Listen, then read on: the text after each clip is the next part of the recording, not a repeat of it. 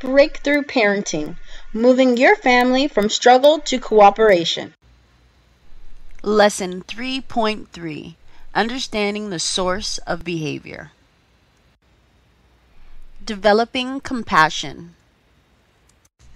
Our feelings are our birthright.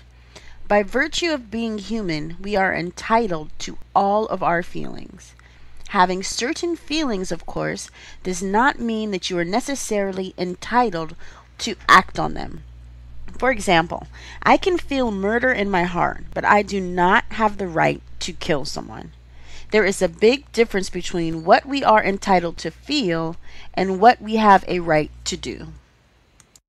The golden rule, treat people the way you want to be treated, and the universal rule, act the way you would want everyone to act, are used around the world to guide decision making about what behavior is right or wrong.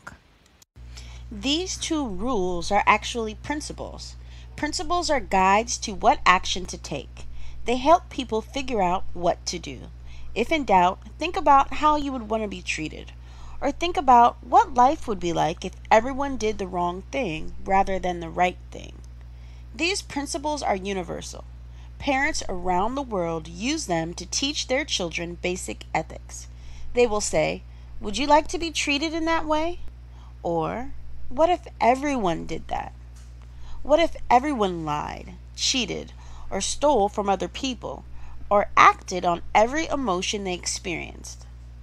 It is with these principles that you can teach your children to be compassionate with others.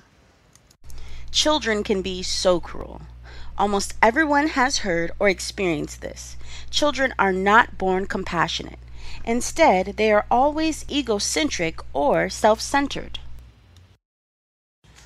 It takes a lot of teaching to help them learn how to empathize with others. Children cannot put their needs aside and consider another person's point of view until they have attained a certain degree of psychological development and have had positive role models to learn from. If everyone stayed the way little children are, there would be no civilization. Everyone will be out for himself or herself only, without caring about the well-being of others. Now, this is the natural state for children, but it is not natural to remain that way into adulthood. Empathy or compassion is the ability to see the world through another person's eyes. We have to experience an emotion before we can see it in another. For example, if Donnie has never experienced grief, he wouldn't know how a grieving person feels or how to be compassionate. This can only happen if a person is able to understand and accept his or her own feelings. The golden rule and the universal rules are the primary ways that parents teach their children how to be compassionate towards others. Parents can also teach compassion by truly listening to their children. In doing so, they set an example. You can also help your children learn compassion by taking them out to a homeless shelter or a retirement community for elderly people so that they can experience bringing joy to others. This will enrich their character. Both boys and girls need to develop the ability to feel compassion. The best way for parents to promote this is by listening to your children and encouraging them to express their feelings. Acknowledging children when they express their true feelings is valuable to do because it reinforces open communication and supports them in sharing painful experiences. Troy feels angry towards his newborn sister Megan. Troy has his private logic for feeling that way. Discounting his feelings by simply saying, "No, you shouldn't feel that way," is not going to change Troy's feelings or correct the situation. It is important to distinguish that Troy has a right not to like his little sister, but he does not have a right to hurt her. Troy cannot change the fact that his little sister was born and now requires considerable time with his parents. No longer the only child who receives all of the attention. He has to learn to share his parents, and at first this does not feel good. Like many other firstborn children, he will change how he feels about his new sibling. With good parental help, he can still feel loved. His parents can tell him and show him with time and attention that he is still important to them. Troy's parents can help him look forward to playing with his sister in the future and to understand the role of a big brother is special. His parents can also arrange to spend time with Troy alone as he grows used to having a sister around. If Troy's parents do not reassure him that he still matters to them, he may develop a lifelong resentment toward his sister. It is also beneficial to tell him that it is okay to have mixed feelings about her. In time, these feelings of conflict will sort themselves out. Troy's parents would be wise to frequently arrange for private time with each child throughout their childhood years. Children need to understand the difference between acknowledgement and approval. You do not have to approve when a child says, "I hate you." A simple acknowledgement of the child's feelings is enough. "I understand that you are really mad at me right now."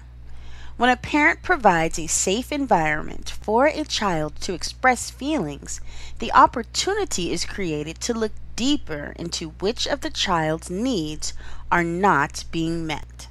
A parent may need to cool off and solve the problem later.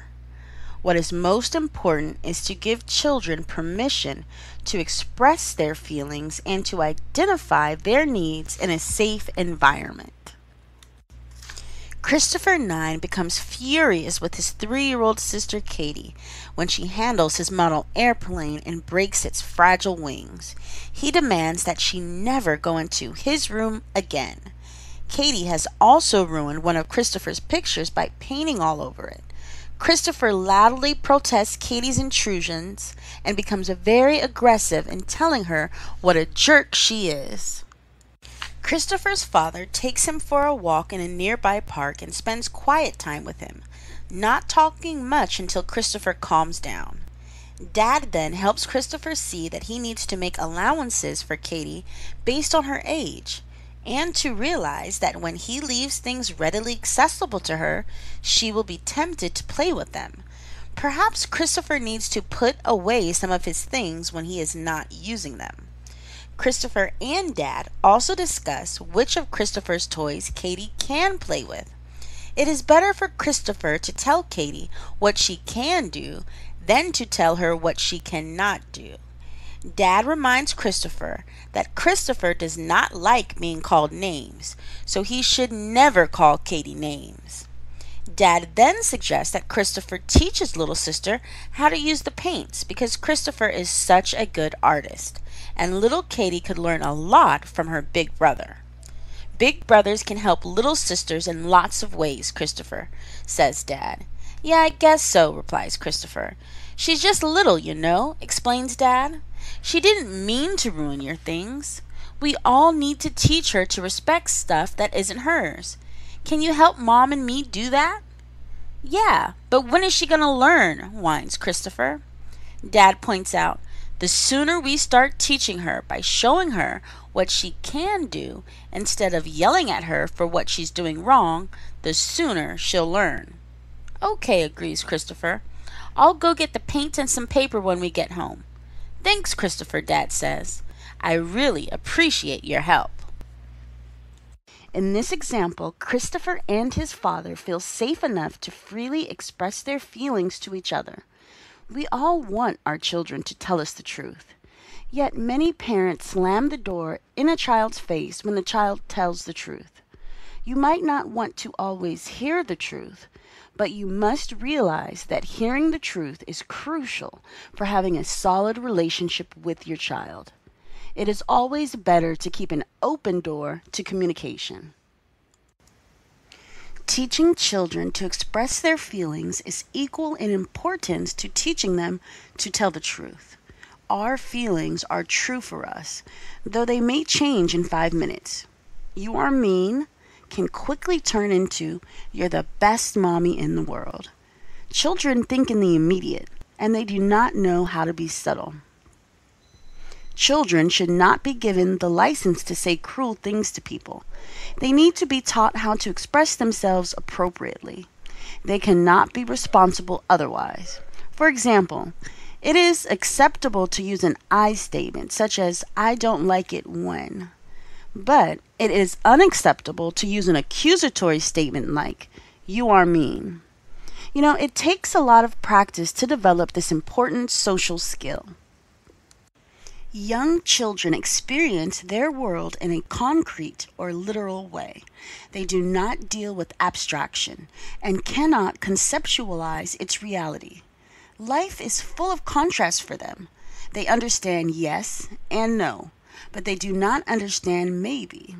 It takes many experiences and more developed thinking process before they are capable of abstract thought that compassion requires.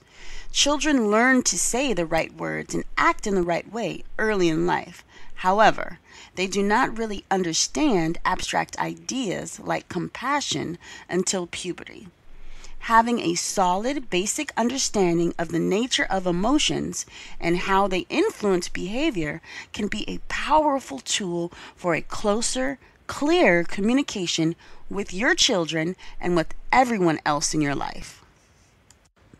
Once you learn how to interpret the emotional content of what your children are telling you, even day-to-day conversations can give you tremendous insight into not only the problems and concerns they are experiencing, but also the creativity and intelligence of each individual child. Once you have the key to these important inner workings, you will be able to guide your children wisely by staying in touch with the deepest levels of their feelings, thoughts, and needs. The rewards to be gained are immense. Understanding how the primary feelings of love and fear work is valuable for recognizing the source of someone's behavior. Yet, there is still more that we can learn about why people act the way they do. All behavior is linked to 5 primary needs. End of lesson 3.3. Wow, isn't this great?